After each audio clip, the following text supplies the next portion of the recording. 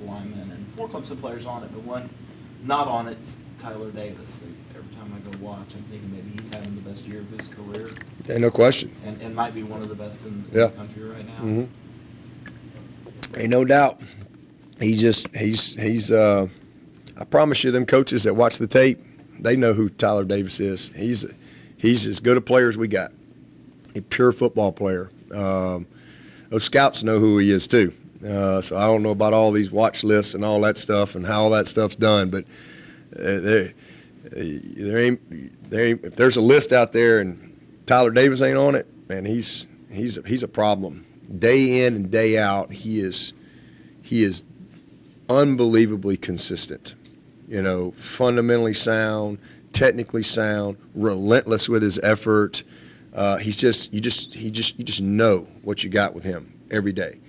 And, man, there's a lot of value in that. I mean, he's a really good player. He's hard to block.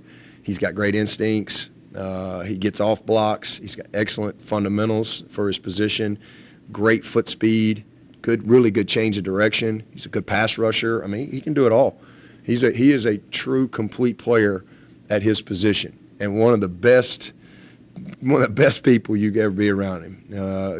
Just very unassuming, great sense of humor. I call him Baby Dex because that's who he reminds me of. He's kind of got that presence to him, the way Dex kind of handled himself. But he's a handful. He really is. You call him Baby Dex, but does he remind you a lot of Grady Jarrett as far as a player goes? Yeah, he does. He's got that. He's got the intangibles of Grady. That you just. He's a little taller than Grady, which he takes a lot of pride in that. Grady's not very. Grady, hope he doesn't see this. Grady's short. That's why he went in the 5th round, right? He's short and short arms, and everybody knocked Grady for everything, but he makes about $35 million a year, right? For a reason, because he's just unblockable. The guy's he's just relentless, and he's so technically sound. You very seldom see Grady. With poor footwork or low pad or high pads or bad hand work. He's just and he sees it. He really prepares. He sees it before it happens, and there's a lot of those traits, and then just relentless effort. I mean, he's just relentless. He's just absolutely relentless, and that's Tyler has all those intangibles. Again, he's a little bigger. So maybe he'll go. Somebody will take him before the 5th round. They crazy if they don't. But I said the same thing about Grady, so I don't know. But I know this: when he gets wherever he goes, he'll be on that field quick because he's just a baller. He's a great player. Now, but keeping the subject on the defensive line, I think it was after the Furman game. You said Miles Murphy was loafing. What's the biggest difference you've seen from him over the past few weeks? Just put him on the sideline. He didn't like it. So he likes to run out there first.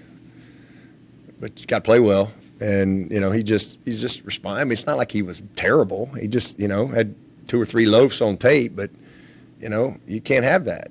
Not if you're going to get where we want to go. You can't have that. And so just a little bit of accountability. But he's an unbelievable kid. Just coachable. He's coachable, I mean, he just took ownership of it, and he's responded, as great players do. They respond. How much harder is it for offensive schemers when you have a nickel Sam guy who never has to come off the field, and you never have to sub for him, depending on personnel and all that stuff? Yeah, you talking about Barrett? Yeah, sorry. Yeah, Barrett's he's unique, and that's. I mean, everybody wants a guy like Barrett, but they're hard to find. Like Isaiah, Dorian. We finally kind of got Dorian in that spot, when he was here. But those guys are really hard to find. And, if you don't have a guy like that, then you got to play a lot more true nickel, and which we do some as well. We'll get in our dime package. We put Barrett inside. But he's same thing. He's kind of the unicorn everybody's looking for. They're hard to find that can really, really bring the linebacker presence in the run game, but have the coverage skills of a true DB, and the instincts and all the stuff to go with it. I mean, he's a special player. He's one of those guys that could play a lot of positions, probably start for us at a lot of positions. I mean, he's a really, really good football player. I've heard you mention recently the middle eight, and I don't know if I'd heard that much before. Was that a result of maybe some metrics being studied and suddenly, Well, I mean, or has that always been a thing? I think it's an analytics thing. My whole life, it was, last 5 minutes of the half and first 5 minutes of the third quarter. That was kind of my whole life. And then somewhere along the line, I don't know where it came from. Somebody in the analytics world started calling it the middle eight. And then Ross and Tim, they started giving me all of our middle eight stats somewhere along the way. So, I just always knew you really wanted to have momentum going into half, and you wanted to set the tone coming out of the half. That was kind of, you always kind of taught that in this game. Man, those first 5 minutes of that third quarter are very important. Creating good momentum. But somewhere along the line, it became the middle eight instead of the middle 10. I'm not sure why, but it's it's something that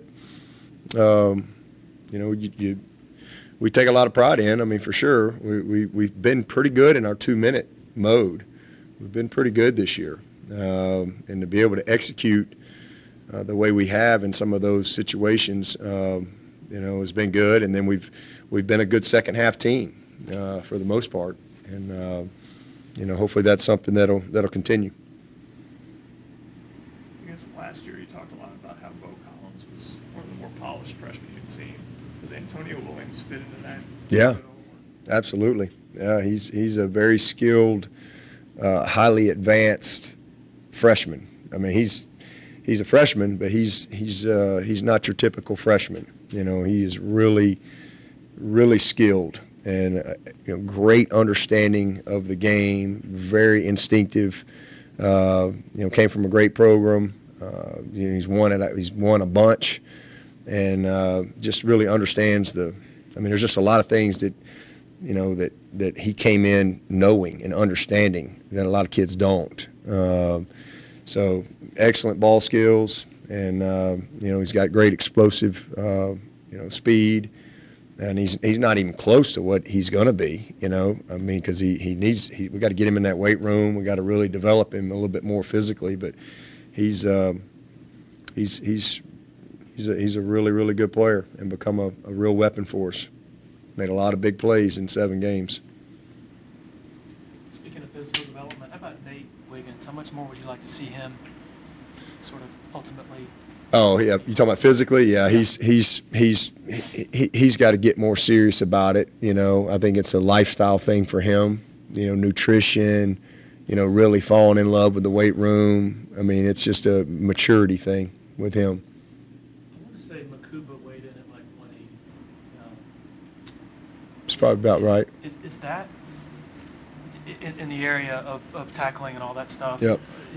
Is there an optimum weight for him? Yeah, I mean, he's not. He's a 180 to 190 type of guy. I don't really see him much more than that. With his frame, but he doesn't have to be. He's explosive. I mean, he missed a couple times. He's playing with a brace on his arm, but he did miss a tackle or two the other night. But he's been one of our better tacklers since he got here. But still same thing. Still young, and he's definitely got he's not boxed out at all. From a frame standpoint. So he's still got a little more work to do. But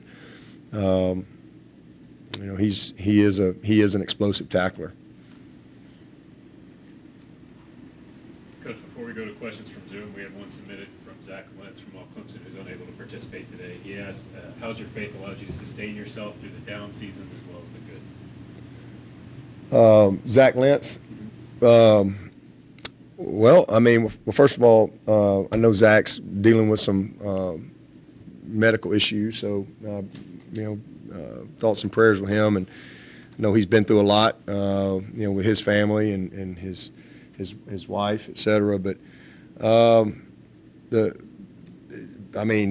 faith is just kind of the foundation of my life. I mean, it just helps me have perspective, I guess, would be the biggest thing I would say, to know that,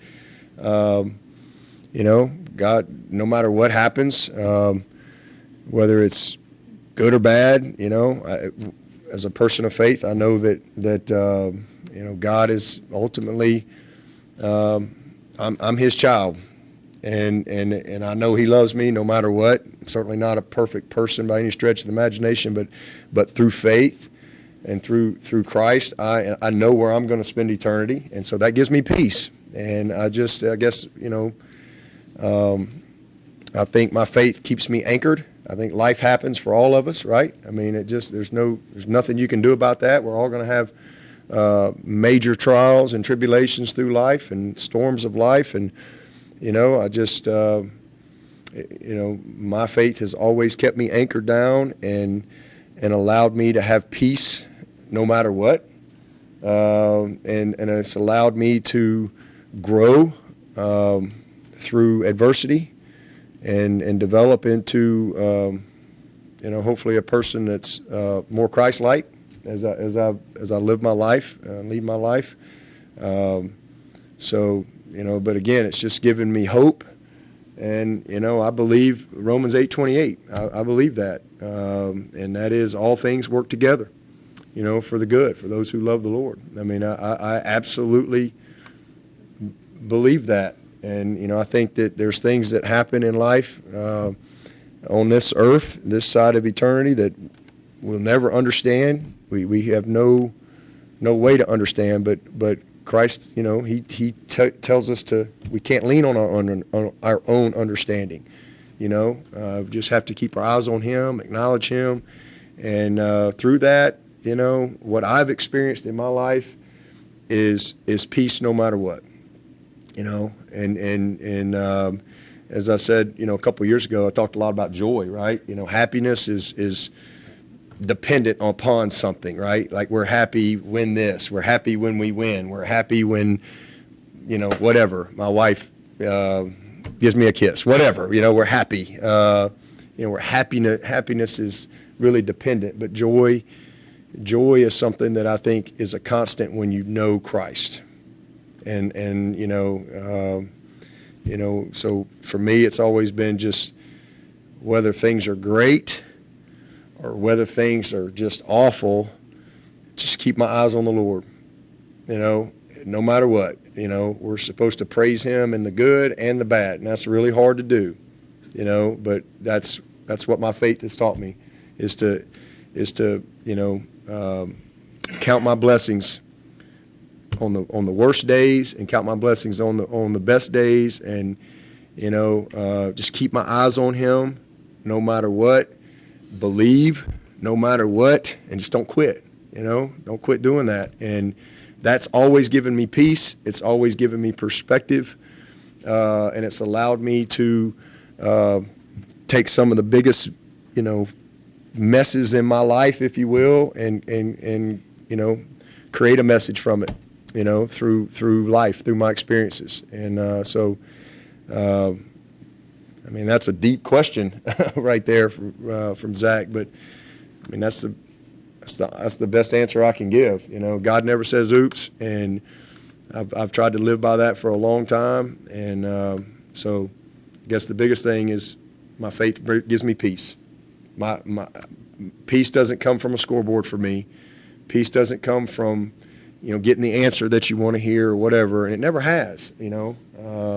Peace comes from knowing whose I am and where I'm going to spend eternity. That's where my peace comes from, and all the rest of it. Life happens, but it all comes back to that relationship and that peace that comes from knowing Christ. Questions for Coach from Zoom? I'm just going to ask about Xavier Thomas. I know you said he had to come out of the game late. How's he kind of doing after playing 32 snaps center? Yeah, he was sore, as you would expect, but he's doing good. He's on track, and he's healing. He's healing as he goes, more and more.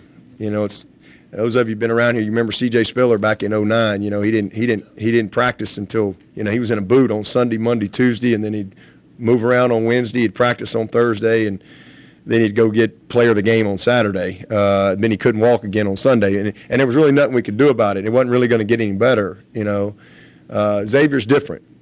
He's going to keep getting better as he goes, but he certainly was sore for sure. So we've got him on plan and, kind of how we practice him and get him ready, week in and week out. But I think you'll see him continue to get better and better, as he goes throughout the latter half of the season. Hey Dabo, this is Anna Adams. With how Syracuse kind of mixes and disguises coverage on the back end, what are some of the challenges for that passing game? Yeah, they'll give you some exotic looks, if you will. Do a good job of disguising. So I think the biggest thing is just like up front with the backs and tight ends and offensive line and quarterbacks, from communication and catching all the movement. You got to be very disciplined with your eyes post snap. Because you think they're in quarters, but they're really playing cover two, and you'll throw a pick into it in a heartbeat if you're not really getting confirmation post snap and having your eyes on, your keys. So that's a definite part of it, because they mix it up. They do a lot of different things, coverage wise, and try to bait you into some bad decisions.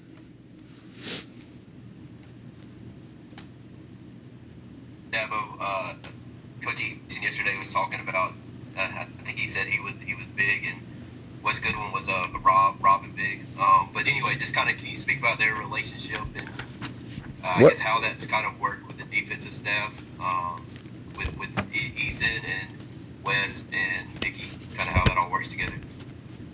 Oh, that's great. What did he say? He's big. What did he say? Rob and Big, it was a TV show on MTV. Rob and Big.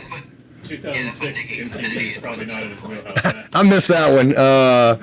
Rob and Big. I had to YouTube that one. De Niro wasn't in it. Which De Niro wasn't in it? Was De Niro in that? Which one was Rob? And who's big? I assume Nick is big. Just assuming. They're great. I mean, it's a lot of fun, man. It's a good vibe in both our staff rooms. We got a really good vibe in both rooms. Great chemistry. I love how our preparations have been, week in and week out. It's been good. They have a lot of fun, and it's been good to have Nick. It's been great getting Wes in that role, and then it's been fun having Nick and his personality and his experience as well. Adding into the room. It's been a really good relationship. Rob and Big. That's Rob and Big. Oh, that's him. Okay, yeah, yeah. That's funny. Anybody else? All right, we'll wrap up with Coach Jeremiah Trotter.